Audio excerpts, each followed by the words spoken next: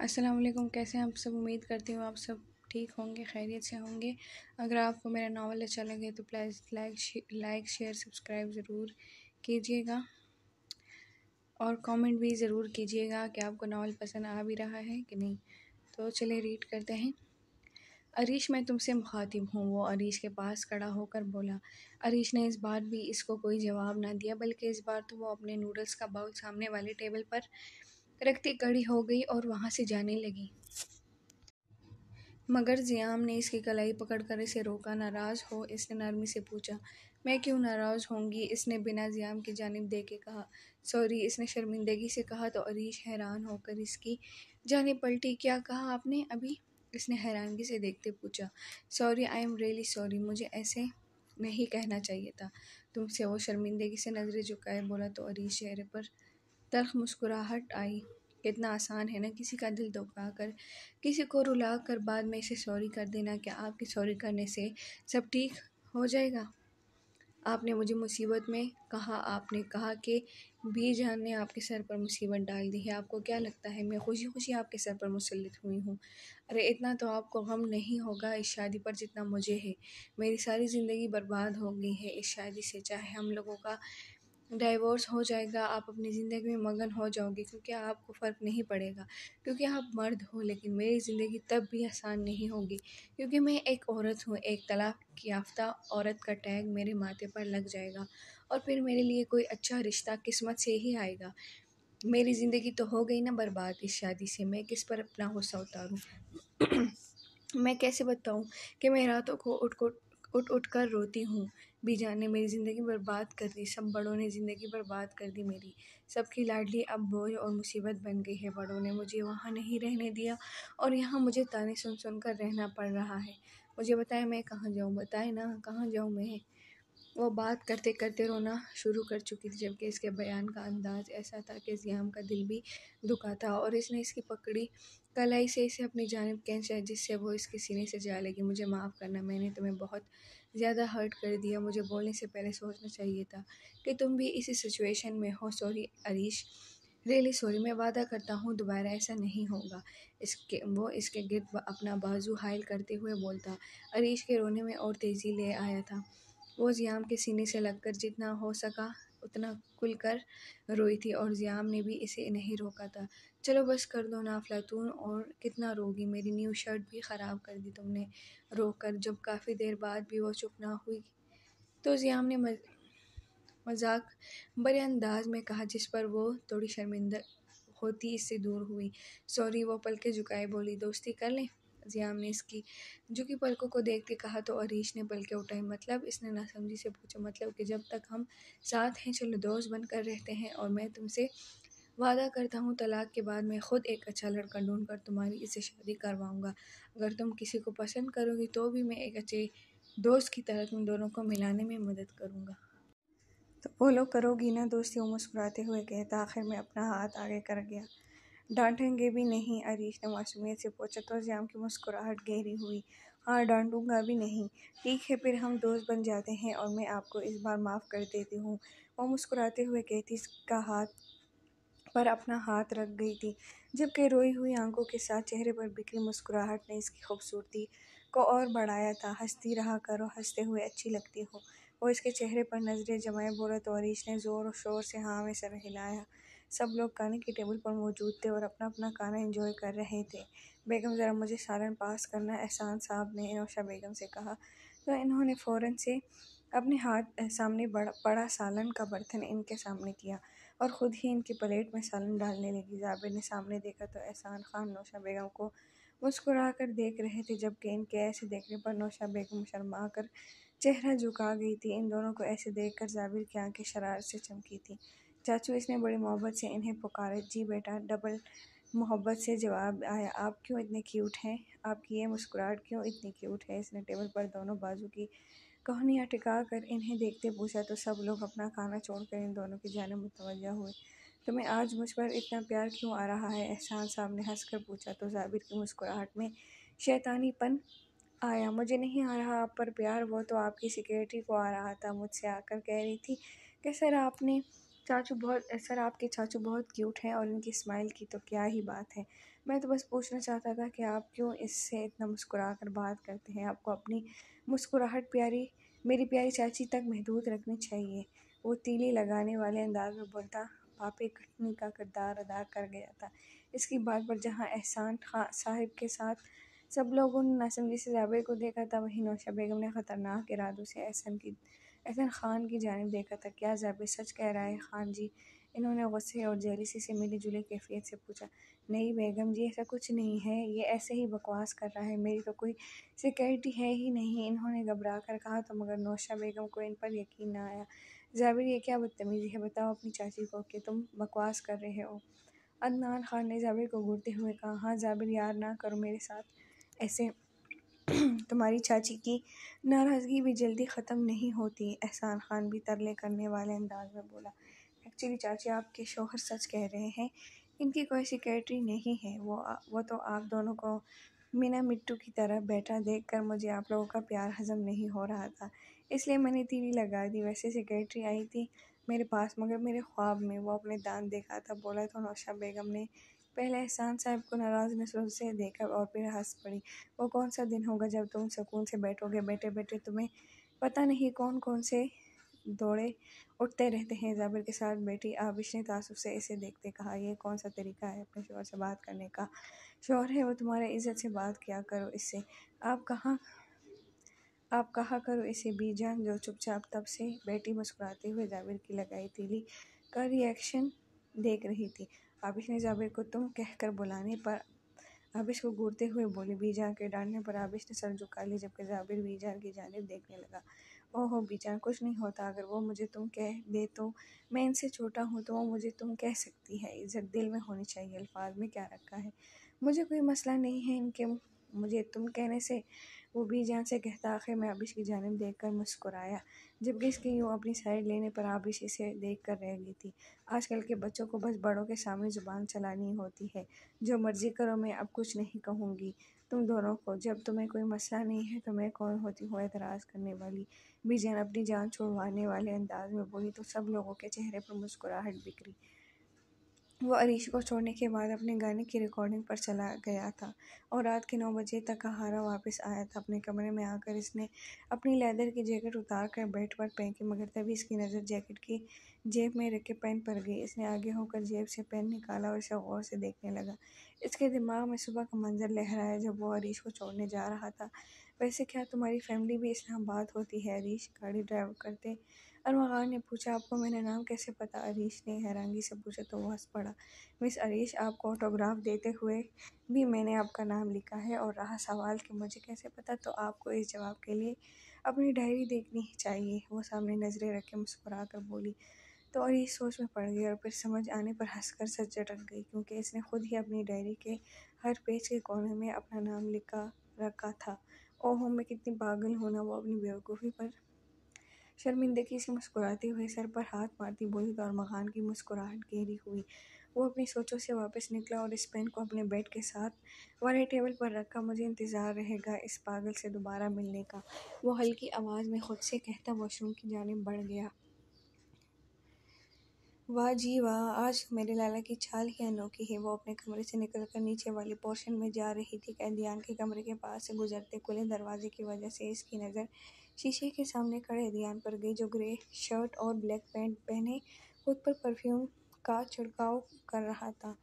اسے ایسے تیار ہوتا دیکھ کر وہ اسے چھیڑتے ہوئے بولی، ہاں نا تیار تو ہوں گا ہی، ان سے ملنے جو جانا ہے۔ وہ بھی ہنستے ہوئے آنکھ ونک کرتا بولا، ویسے میں سوچتی ہوں کہ وہ لڑکی کیسی دیکھتی ہوگی جس پر میرے لالا کا دل آیا، کیونکہ میرا لالا تو کسی کو دیکھنا بھی پسند نہیں کرتے، شادی کا سوچنا تو دور کی بات ہے۔ وہ دروازے کی چوکھٹ سے ٹیک لگا کر بولی، وہ سب لڑکیوں سے کچھ الگ ہے، تھوڑی اسپیشل، تبھی تو تمہارے لالا کو پسند آئی۔ وہ مسکراتے ہوئے عدل کے بارے میں سوچتا بولا، اسپیشل تو ہے کیونکہ میرے لالا کو جو پسند آئی ہے۔ خیر آپ جائیں گے نا ان سے ملنے تو ان پر اپنی خوبصورتی کا جادو کر کے ہی آنا، میں بھی نیچے چلتی ہوں، کہیں کوئی اوپر آ کر مجھے یہاں نہ دیکھ لے۔ وہ مسکراتے ہوئے کہتی اسے بائے کر کے وہاں سے آگے بڑھ گئی، جبکہ وہ اپنے گرے جوگرس اٹھا کر صوفے کی جانب بڑھا۔ ہاں یاد آیا، واپسی کب ہوگی؟ وہ بوٹ پہننے کو جھکا ہی تھا کہ وہ واپس آتی بولی، میں کل رات یا پرسوں صبح تک واپس آؤں گا کیونکہ مجھے کل راولپنڈی والی فیکٹریوں پر جانا ہے۔ وہ اسے دیکھتے ہوئے بتانے لگا، اوکے، جب بھی آئے میرے لیے ڈھیر ساری چیزیں لانا، جیسے کہ کپڑے، شال، جوتے، حصے، گڑیا، چوڑیاں، مالا وغیرہ وغیرہ۔ وہ انگلیوں پر ایسے چیزیں بتاتی بولی تو علیان نے ہنسی چھپائی اور سیریس چہرے سے اسے دیکھا۔ باقی سب تو میں لے آؤں گا، مگر یہ وغیرہ وغیرہ کہاں ملتا ہے؟ مجھے اس جگہ کا ایڈریس دے دینا کیونکہ مجھے نہیں پتہ مجھے وغیرہ وغیرہ کہاں سے ملے گا۔ وہ سیریس انداز میں بولا، لالا مذاق نہیں کرے، مجھے میری چیزیں لا کر دینی ہے آپ نے، اور وغیرہ وغیرہ میں کھانے پینے کی چیزیں اور وہ چیزیں آتی ہیں جو آپ کو میرے لیے پسند آئی سمجھ؟ اس نے وغیرہ وغیرہ کی تشریح کرتے آخر میں دادی اماں کی طرح کمر پر ہاتھ رکھتے پوچھا، جس پر عدیان نے اسے بچوں کی طرح ہاں میں سر ہلایا۔ جی میری دادی اماں، میں سمجھ گیا، اب چلیں نیچے، چلی جاؤ کہیں کوئی اوپر نہ آ جائے۔ وہ ہنستے ہوئے بولا تو رمل اوکے باس کہتی وہاں سے چلی گئی، جبکہ وہ ہنستے ہوئے سر جھٹک کر رہ گیا۔ گئے نہیں آپ آج؟ وہ 9 بجے نیند پوری کرنے کے بعد منہ ہاتھ دھو کر کمرے سے نکلی تو زیام کو کچن میں قہوہ بناتے دیکھ کے پوچھتے ہوئے اس کے پاس آئی، ہاں آج فری ڈے ہے میرا، تم پیو گی قہوہ؟ اس نے اپنے لیے قہوہ ڈالتے سے پوچھا، جس پر عریش نے سر ہلایا۔ تمہاری اسٹڈی کیسی جا رہی ہے؟ اس نے پوچھا۔ اچھی جا رہی ہے، بس مجھے میری انگلش کی پروفیسر نہیں پسند، بہت خڑوس ہے، وہ ناک چڑھا کر بولتی اس کے ہاتھ سے قہوہ پکڑ کر لاؤنج کی جانب بڑھی۔ کیا نام ہے پروفیسر کا؟ کہیں میم نجمہ تو نہیں؟ اس نے اس کے ساتھ صوفے پر بیٹھتے پوچھا۔ ہاں نا، وہی تو ہے، آپ کو کیسے پتہ؟ اس نے حیرت سے پوچھا، کیونکہ میں بھی اسی یونی سے پڑھا ہوں اور مجھے پتہ ہے کہ پوری یونی میں ایک وہی خڑوس ہے۔ وہ مسکرا کر بولا تو عریش نے سمجھنے والے انداز میں سر ہلایا۔ ویسے تمہیں پتہ ہے میری بھی وہی میم تھی، ہمیں 2 سیمسٹر انہوں نے پڑھایا تھا اور میں واحد تھا جو ان کا فیوریٹ اسٹوڈنٹ تھا۔ وہ فخر سے بولا تو عریش نے آنکھیں گھمائی، دونوں ایک جیسے جو ہیں، اسی لیے آپ بھی خڑوس اور وہ بھی خڑوس، اسی لیے آپ ان کے فیوریٹ تھے۔ وہ آنکھیں گھماتی بولی، جبکہ زیام نے اس کی بات پر اسے دیکھا۔ تم مجھے میرے منہ پر خڑوس کہہ رہی ہو؟ اس نے حیرانگی سے پوچھا تو عریش کلکلا کر ہنسی، تو کیا غلط کہا ہے میں نے؟ وہ آنکھیں مٹکاتی بولی تو زیام سوچ میں پڑ گیا کہ کیا کہے۔ چھوڑیں، آپ کو جواب نہیں ملے گا کیونکہ یہ سچ ہے کہ آپ خڑوس ہیں، اس لیے ساری باتیں چھوڑیں اور چپ چاپ قہوہ پئیں، پھر آپ نے گھر کی صفائی بھی کرنی ہے۔ وہ اسے ٹھیس کرنے کے لیے انداز میں کہہ کر اپنی مسکراہٹ سے اسے اور چڑھاتی وہاں سے اٹھ کر اپنے کمرے کی جانب بڑھ گئی، جبکہ زیام اسے دیکھ کر رہ گیا، جو اس سے دوستی کرنے کے بعد کچھ زیادہ ہی اس سے فری ہو گئی تھی۔ پورے 4 بجے وہ اس ریسٹورنٹ میں موجود تھا جس میں وہ پہلی بار افشین یعنی اردل سے ملا تھا۔ اس نے پورے ریسٹورنٹ میں نظریں گھمائیں مگر اسے کہیں پر بھی وہ نظر نہ آئی، لگتا ہے ابھی آئی نہیں وہ، چلو آج ہم ویٹ کرتے ہیں ان کا، پچھلی بار انہوں نے کیا تھا۔ وہ دل ہی دل میں خود سے بولا اور ایک خالی ٹیبل کی جانب بڑھ گیا۔ سر، کیا آرڈر کرنا پسند کرو گے؟ اس نے بیٹھنے کے 2 منٹ بعد ویٹر اس کے پاس آتا پوچھنے لگا۔ میں تھوڑی دیر بعد آرڈر کروں گا، ابھی کسی کا ویٹ کر رہا ہوں۔ وہ مسکرا کر بولا تو ویٹر اوکے کیا سر کہتا وہاں سے چلا گیا۔ کچھ دیر انتظار کے بعد آخر ریسٹورنٹ کا دروازہ کھلا تھا اور وہ اندر آئی تھی، جبکہ اسے دیکھ کر عدیان نے اپنی ہنسی چھپائی۔ وہ نیون کلر کی قمیض اور اورنج کلر کی کیپری کے ساتھ یلو دوپٹہ گلے میں ڈالے، بالوں کی ٹیل پونی کیے، سر پر بہت ساری کلپس لگائے، گرین جوگرز اور اچھی گلابی رنگ کی چمکیلی لپسٹک لگا کر اپنے عجیب و غریب حلیے کے ساتھ وہاں موجود سب لوگوں کی توجہ اپنی جانب کر گئی تھی۔ دیکھا جائے تو افشین صحیح کہتی تھی کہ اردل میں کانفیڈنس واقعی بہت تھا، تبھی تو سب لوگوں کے خود کو عجیب نظروں سے دیکھنے پر بھی وہ پورے ایٹیٹیوڈ کے ساتھ چل کر عدیان تک پہنچی تھی۔ اس کے اس حلیے پر عدیان نے اس بار اسے عجیب نظروں سے نہیں دیکھا تھا، بلکہ اس بار تو وہ اسے دیکھ کر پھر بھی مسکرا رہا تھا، جبکہ اسے مسکراتا دیکھ کے اردل کو اپنی پوری تیاری بیکار لگی۔ ہائے مسٹر عدیان، کیسے ہیں آپ؟ وہ ٹانگ پر ٹانگ رکھ کر بیٹھتی بولی۔ آپ سنائیں افشین صاحبہ، آپ کیسی ہیں؟ کیونکہ میں تو بالکل ٹھیک ہوں اور آپ کو دیکھ کر اور زیادہ ٹھیک ہو گیا ہوں۔ وہ گہری مسکراہٹ سے بولے تو اردل نے اسے عدیان کے چہرے سے نظریں ہٹانا مشکل ہوا، کیونکہ وہ تو ویسے تو خوبصورت تھا ہی مگر مسکراتے ہوئے اور زیادہ دلکش لگ رہا تھا۔ مجھے کیا ہونا ہے، دیکھ تو رہے ہیں آپ کہ میں بالکل فٹ فاٹ اور بے حد خوبصورت ہوں۔ وہ نظریں پھیرتی ایک ادا سے اپنی پونی ٹیل کو ادائے ہاتھ سے جھٹکا دیتی بولی، جی جی بالکل، آپ واقعی بے حد خوبصورت ہیں۔ وہ سچے دل سے بولا، پتہ ہے مجھے کہ میں خوبصورت ہوں، تبھی تو میرے 5 بوائے فرینڈ ہیں۔ وہ ترچھی مسکراہٹ سے بولی تو عدیان ہنس پڑا۔ تو بتائیں کیا کھائیں گی آپ؟ ویسے کھانے سے یاد آیا، آپ کے دوست کیوٹی اور بیوٹی کیسے ہیں؟ اس نے اس کے ہاتھوں کو دیکھ کر پوچھا۔ اس کے اس طرح سے بات کرنے پر عادل کا دل ہول رہا تھا، کیونکہ سامنے بیٹھا شخص نہ پہلی ملاقات پر اس کی عجیب حرکتوں سے تنگ آیا تھا، نہ آج آ رہا تھا۔ جی ٹھیک ہے وہ دونوں، اور رہی بات کھانے کی تو میں بتا دوں کہ میں یہاں کھانا کھانے نہیں آئی، بلکہ میں بتانے آئی ہوں کہ ارے سوری، میں پوچھنا بھول گیا کہ کیا آپ بھی آپ کے سر کی جوئیں آپ کو تنگ کرتی ہیں؟ اگر ہاں تو مجھے بتائیں، میں ان پر کرمنل ٹریسپیس کیس پر کرتا ہوں۔ آخر کو وہ آپ کی پراپرٹی پر رہتے ہوئے آپ کو نقصان پہنچا رہی ہیں۔ وہ اس کی بات کو بیچ میں کاٹتے اس کے بالوں کو دیکھتا بولا۔ تو عادل نے پہلے سے حیران ہو کر دیکھا اور پھر اگلے ہی پل وہ ایک لمبا سانس لیتی پھر سے اپنی پرانی ٹون میں آئی۔ سنیں مسٹر، دوسری بات یہ کہ میں آپ کو بتا دوں، میری جوئیں میری مرضی، اس لیے آپ کو کوئی حق نہیں میری جوؤں کے خلاف کوئی کیس کرنے کا، جبکہ مجھے ان کے میرے بالوں میں رہنے سے مسئلہ نہیں ہے۔ اور پہلی بات یہ کہ میں یہاں آپ کو شادی سے انکار کرنے آئی ہوں۔ مجھے آپ سے شادی نہیں کرنی، اس لیے بہتر ہے کہ شادی سے انکار کر دیں۔ آفٹر آل میرا کوئی سٹینڈرڈ ہے، اور پھر میں اپنے 5 بوائے فرینڈز کو کیا منہ دکھاؤں گی کہ دیکھو میں نے تم 5 کے ہوتے ہوئے شادی کر لی، جبکہ مجھے اس کی ضرورت بھی نہیں ہے۔ اس لیے میری بات دھیان سے سنو اور جاؤ جا کر اپنے گھر والوں سے کہو کہ مجھے افشین سے شادی نہیں کرنی۔ وہ بنا رکے بولتی گئی، جبکہ دیان کو پہلے ہی پتا تھا کہ وہ انکار کرنے ہی بلا رہی ہے۔ تبھی سے حیران نہیں ہوئی، میں تو نہیں کروں گا انکار، کیونکہ مجھے تو آپ سے شادی کرنی ہے۔ وہ کرسی کی بیک سے ٹیک لگا کر بولتا۔ عادل کو غصہ دل آ گیا تھا۔ کیوں کرنی ہے مجھے شادی؟ وہ چڑھ کر بولی، کیونکہ مجھے تم پسند آئی۔ وہ کندھے اچکا کر بولا، مگر مجھے تم پسند نہیں آئے، بالکل پسند نہیں آئے۔ وہ اسے غور کر بولی، کیوں؟ مجھے کیا جو میں تمہیں پسند نہیں آیا؟ دیان کو حیرانگی ہوئی کہ اس جیسا خوبصورت اور پرفیکٹ انسان آخر کو اسے پسند کیوں نہیں آیا۔ بس نہیں پسند تو نہیں پسند۔ اور ایک اور بات، چپ چاپ شادی سے انکار کر دو، ورنہ اگر تم نے اپنی ضد پر رہ کر مجھ سے شادی کر بھی لی تو میں شادی کے بعد کسی بھی راہ چلتے لڑکے کے ساتھ بھاگ جاؤں گی، اور جب تم مجھے ڈھونڈ کر واپس لاؤ گے میں پھر سے کسی اور کے ساتھ بھاگ جاؤں گی۔ ایسے تم ساری زندگی مجھے پکڑ کر لاتے رہو گے اور میں بھاگتی رہوں گی۔ وہ اسے ڈراتے ہوئے بولی، مجھے کوئی مسئلہ نہیں ہے، میں تمہیں زنجیروں سے باندھ کر رکھوں گا، مگر شادی تمہارے ساتھ ہی کروں گا، وہ بھی بضد۔ کیا مسئلہ ہے تمہارے ساتھ؟ آخر کہا نا کہ نہیں کرنی شادی، تو سمجھتے کیوں نہیں تم؟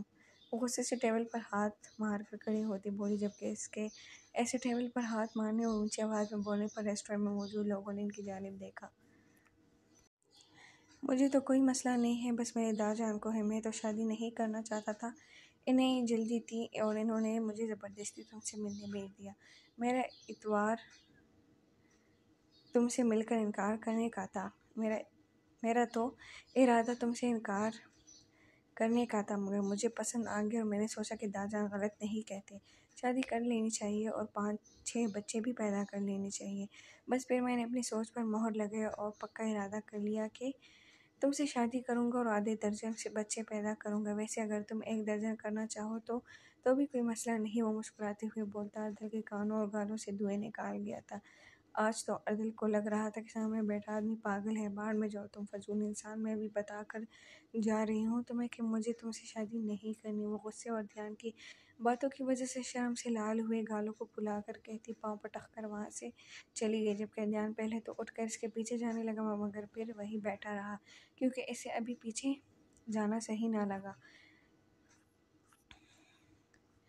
آج وہ جلدی گھر آ گیا تھا، تبھی کمرے کا دروازہ بند کر کے اسپیکرز پر فل آواز میں گانا لگائے خود بھی آنکھیں بند کر کے ساتھ گاتا اپنی ہی دنیا میں مگن تھا، جب اچانک ہی گانا بند ہوا اور کمرے میں بس جابر کی ہی بے سری آواز گونجنے لگی، جو پہلے اسپیکر کی اونچی آواز میں دبی ہوئی تھی۔ ارے اسے کیا ہوا؟ بند کیوں ہو گیا؟ وہ اپنی بے سری آواز سن کر اصل دنیا میں واپس آیا اور حیرانگی سے بولتا، آنکھیں کھول گیا تھا، مگر سامنے ہی عابد کو اسپیکر کے پاس کھڑے اور خود کو گھورتا پا کر اسے ٹوک نکلا۔ آپ یہاں کیسے؟ آپ کو تو اس وقت بوتیک پر ہوتی ہیں، اس نے ڈرتے ڈرتے پوچھا، کیونکہ اسے ایک بار پہلے بھی عابد سے اونچی آواز پر گانے لگانے پر بہت ڈانٹ پڑی تھی۔ جلدی آ گئی تھی آج، بالکل ویسے ہی جیسے تم آ گئے ہو۔ وہ چبا چبا کر بولی، سوری، مجھے نہیں پتا تھا آپ جلدی آ جائیں گی، ورنہ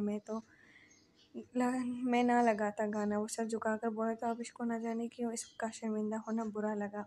نہیں ایسی بات نہیں، تمہارا کمرہ ہے، تم چاہو گانے لگاؤ، چاہو تو ڈانس کرو، میں تو بس اس لیے بند کیا کیونکہ میرے سر میں درد ہوتا ہے اونچی آواز پر۔ میں بس کپڑے چینج کر لوں اور پھر میں اپنے کمرے میں جا کر آرام کروں گی،